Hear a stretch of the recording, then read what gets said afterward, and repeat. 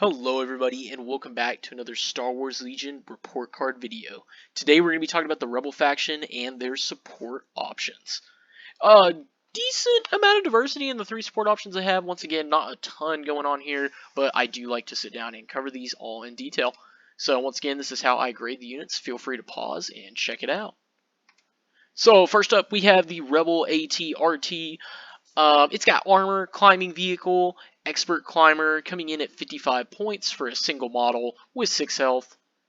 Breaks at 4, surges to crit, which is nice, and just pure, good old-fashioned white defense dice, no surging.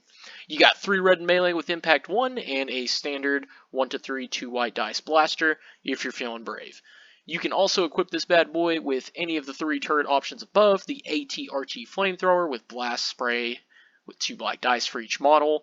You've got the ATRT laser cannon with a red, 2 black, impact 3, and then the ATRT rotary blaster, which is a nice little minigun. I'll just be honest with you, I think this is probably one of the worst units in the game. It just really is the prime time example of an outdated unit. Everything about this is just kind of meh. The pros is that it has armor, so it's never going to necessarily be easy to just take off the board unless you brought the stuff for it, and even then you can just get lucky and kill it anyways. An interesting thing about it is it's a line of sight blocker, so I'm sure someone will try something cheesy, if you will, with maybe just putting Luke behind one of these and walking him up the board, but you could also just have a half-decent map and do that anyways. Nonetheless, it surges to crit, so that's always nice. Cons-wise, I could sit here all day, but firstly, it is pricey. I know 55 points isn't asking much, but you're also getting next to nothing if you're just bringing the Rebel ATRT. Pretty much need to bring a gun to make it a viable unit in terms of fighting at the very least. The flamethrower is honestly probably the best one in my opinion, but you know, like I said, this thing is not hard to kill whatsoever, so I would not be surprised if it dies on its venture up into range 1. The ATRT laser cannon's cool, impact 3, but it serves a very specific purpose, which is to kill armor, and if you're facing armor in the first place, that armor probably also has impact, or better yet, critical to just wipe your ATRT off the board, because why not? Then you have the rotary cannon. It's solid, but for 20 points, it's not going to cut it.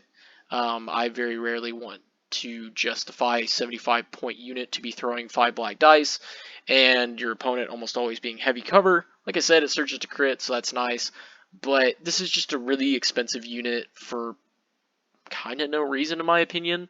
Even the clone ATRT outshines this pretty heavily in my opinion. The no surging to defend just makes it worse. 6 health makes it worse. I just don't really have a lot of good things to say about this at all. It's just kind of an outdated unit.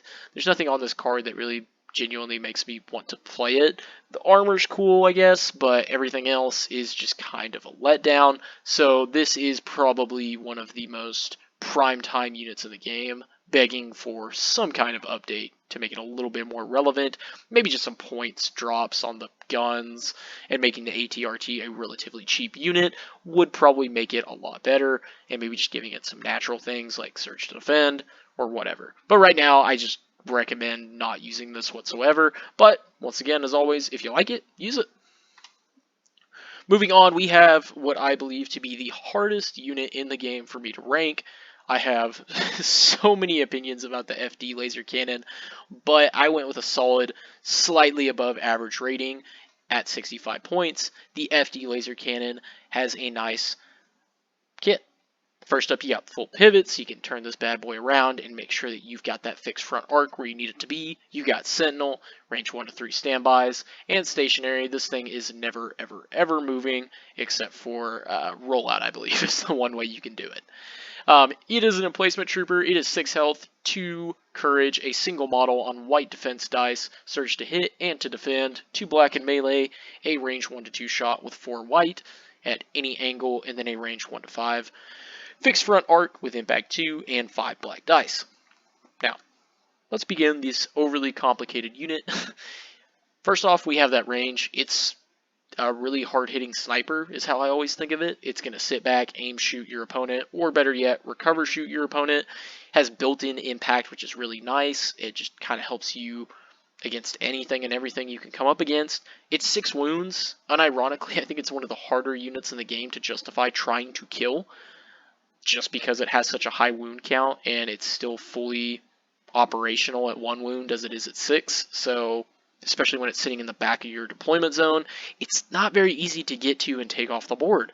So you're probably getting 4 or 5 rounds of just pure shooting with this thing. Very straightforward unit after deployment. Let me make that clear. Very straightforward unit after deployment. Can you see something? What is the best target out of the things you can see? Okay, cool. I'm either going to recover shoot or aim shoot. That's it. Super simple, just like a sniper.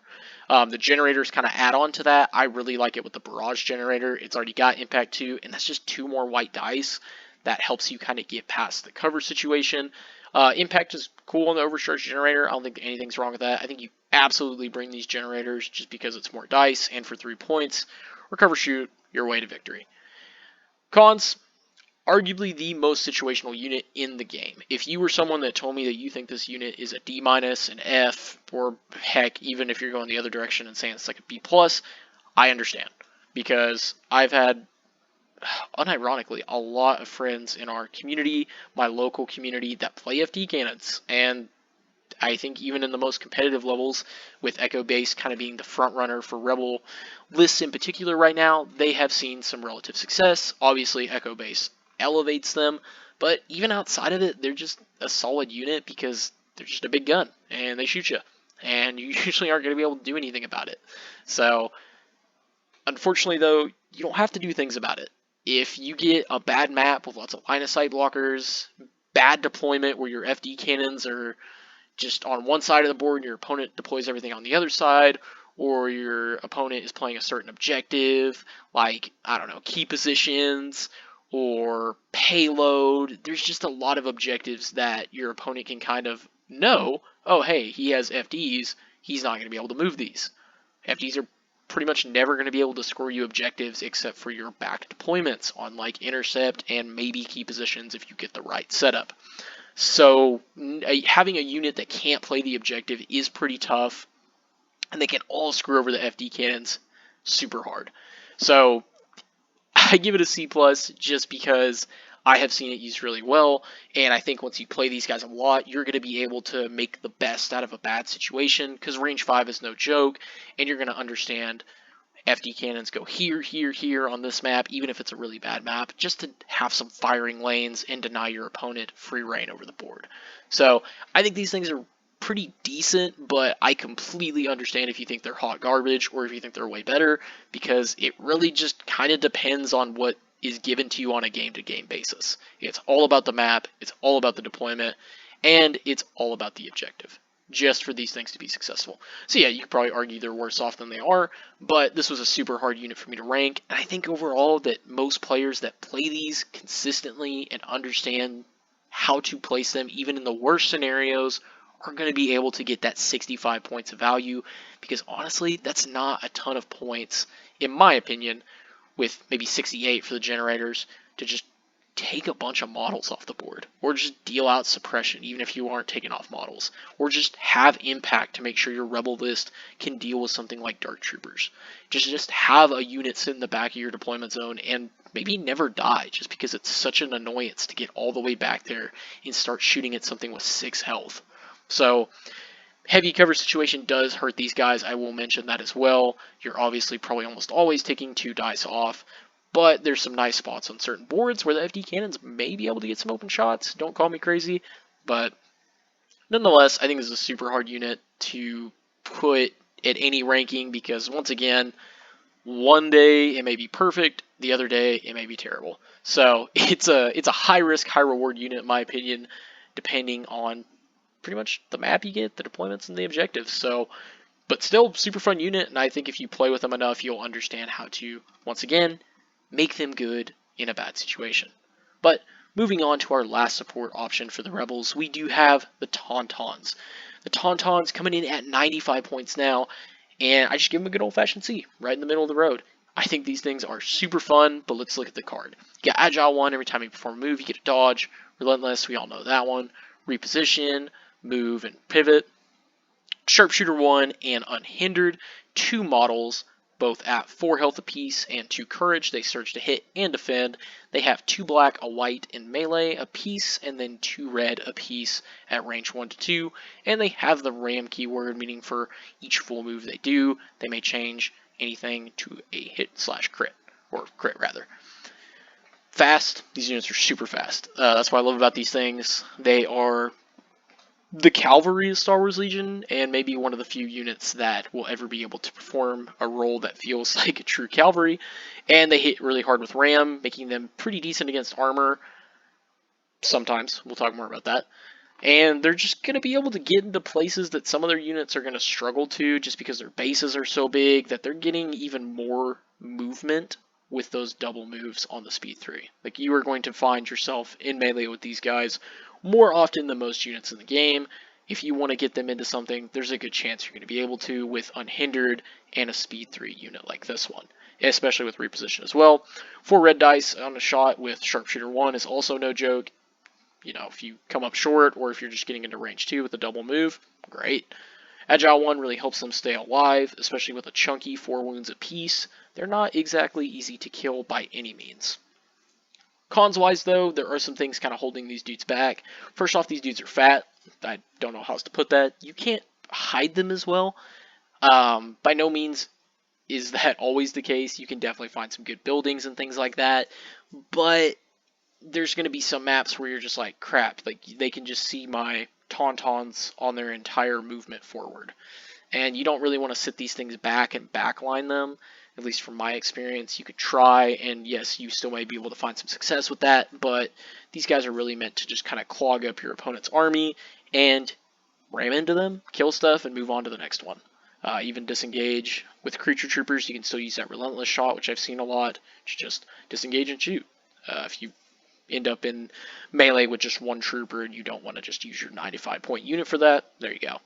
So, creature trooper, also suppression doesn't help, can't perform certain objectives. That's just kind of a natural balance act, but notch bases are also kind of just rough to use. The reposition helps a lot though, so it's not that big of a deal. Just know that it can come into play where you're like, crap, I can't make that move, or oh no, I gotta move like this to make sure I get into range, whatever it is. Notch bases just prevent you from being able to put the stick wherever you want is the best way to put it, but once again, reposition kind of helps with that a lot. My biggest thing with Tauntauns, and kind of why I put them at the average instead of above average, is they fall off after their initial charge. So they use the ram, they hit like a truck, maybe they have tenacity, so good dice pool with, 4 black, 2 white, maybe a red in there. It's just not that crazy of a dice pool either, so let's say you're going into clones and you only kill a couple of them. They're just not that good afterwards. Ram helps them make sure they hit, but 4 black, 2 white isn't really that consistent of a dice pool, even with surge to hit, and it's not that scary of a dice pool. So for a 95-point unit, I do feel like it's very lackluster when you're not just ramming into something, killing it, ramming into the next thing, killing it, which obviously would be a little too busted for a speed 3 unhindered unit such as these guys. But that's kind of my biggest problem with them, is a lot of times it feels like people ram into something, they'll disengage, use the relentless feature with creature trooper, throw the 4 red dice, and then they're just kind of able to get shot at by your whole army, or do kind of whatever you want with them. Whatever it is, still is rough, but yeah, I've just seen so many times where a Tauntaun rams into something, kills a couple models, and then just gets taken off the board because the unit disengages, or heck, they just punch back 3 rounds in a row and tie up the Tauntauns, because they don't have the most insane dice pool in melee. Like, that's just my biggest thing with them, is they're not terrifying with that dice pool. The ram helps them a lot to make sure they get the full hits, everything that you missed, but after that, it starts becoming a lot harder to get that consistency out of them and make that argument to pay 95 points for a unit like this. Another thing is, if you lose a model, that whole story just gets so much worse. You're looking at maybe 4 dice with tenacity, and then it just kind of feels like, you're not getting a ton out of it. Not bad, of course, but at the same time, you can definitely start feeling the fatigue when you just have one model. Suppression also is a menace to these guys. They will very easily get caught out in the open or not be able to make their crazy long-range charges because they just have 2 suppression and they didn't roll off, and now they get 1 action. I've seen that happen a lot. These are my favorite things in the whole game to suppress because they terrify me. So anytime I can get suppression on them, that is my first go-to. I don't care about killing them. I would love to see you fall short of your charge. But nonetheless, I will say on the positive side of Tauntauns, these dudes are so much fun. I love playing against them as well. Had some fun games and tournaments where I got to play against 4 of them in an Echo base list, and that was bizarre. So they are no joke. But at the same time, I do think they have a lot of weaknesses and maybe just a little too expensive, but I understand they used to be a menace in this game a while back. Summary, Echo Base just kind of goes with those last 2 units. It helps the FDs and the Tauntauns out more, so if you love these units, just play Echo Base, and you're going to find even more fun with them. Secondly, these are diverse. You've got your ATRTs, which are just kind of meh, but then you have FD cannons, which is this really unique, can't move, long-range sniper unit. And then you have the super fast up-in-your-face Tauntaun unit with a lot of flexibility and movement. So one of the fastest units in the game and pretty much the only unit in the game that can't move. So I think that's pretty diverse at the very least. FDs and Tauntauns to me are super fun. I love seeing a good chunk of our community play these guys consistently. And yeah, I think they're fun. They're always fun to play against. And I've even got to play with them a couple times. And they're just a good time. So if you like these units aesthetically, or you're the Echo Base guy, whatever it is, they're fun units. So if you haven't given them a try yet, I most certainly would. FD appreciation time, I probably would rank these dudes a little bit lower, if not a lot lower, 2-3 months ago, but they have certainly surged in popularity, and I will say that I have slowly learned to appreciate them. Their dice pools are no joke. But once again, they are a super situational unit. I've had plenty of games where I just hide my whole army behind a building and shoot the rest of the stuff, and the FD cannon is just like, oh darn, don't have anything to shoot. And that's a sucky feeling. But, like I said, played against a lot of opponents that know how to make the most out of it, and sometimes keeping your opponent out of a certain area of the board, even when you're not shooting, isn't a bad thing. So I appreciate that unit a lot, especially people that play them, because it takes a lot of turn 0 brain power to make sure that you are going to get that 65 points of value, or 68, whatever you're looking at, to make sure. Rebel ATRTs, I'm not dishing your unit, guys. I'm just saying that I have not seen these things in so long, and when I do, I just kind of chuckle, because I'm like, yeah, that's the beginner's box toy right there. Might just wanna put that one on the shelf. So these guys just need an update. I don't know really where to start. I think there's plenty of things you could do. You guys tell me in the comments what you would do to make a Rebel ATRT more fun, or even if you have them and you think they're fun, or just better. So lastly, what units are we looking for in the Rebel support? I can think of a couple. I'm a big Battlefront 2 guy. I always like to go off that and use like that big minigun dude from the Resistance, whatever it is. Just think the Rebels could definitely add a couple to their support slots, but the same could be said for every faction for the most part. Just kind of feels like they're also one of the olders in terms of supports. The Tauntauns were released a long time ago, FDs were released a long time ago, so it'd probably be nice to throw in a Rebel support anytime soon, just to kind of add some more variety. But for the most part, like I said, Tauntauns FDs are fun, so if you guys like either of those units and you love that Echo Base aesthetic, I would highly recommend that. Even outside of Echo Base, if you just want to play a generic Rebel list, they're perfectly fine. Like I said, it definitely elevates them, but for the most part, I've seen plenty of successful lists that don't utilize Echo Base at all. So, hope you guys are enjoying the videos. Let me know what you think in the comments below. Today, I want to hear about what is the scariest unit for you to see on the other side of the table right now. What unit scares you the most? Or better yet, what unit do you just hate playing, whatever it is, just ruins your day? Once again, I'm going to probably make sure to do a finale to the report card video to cover all the units that came out. Like I said, if the points update comes before I finish this, which it 100% hopefully will, I am going to do one last video on every single unit they update, and I will upgrade or downgrade their report card, and they will get an end of semester report card instead. And I will make sure you guys are all up to date on everything after this next errata. 2 weeks from now, I will hopefully be going to Indy Open, so I may not have a video that weekend, but I will keep you guys posted and maybe even do a video on my experience. So you guys let me know what you're liking about the videos, what you're not as well. Hopefully after the report card video, we're definitely going to be looking at doing some different video ideas. But yeah, give me any ideas you guys are thinking about or changes you'd like to see. You guys have a good one.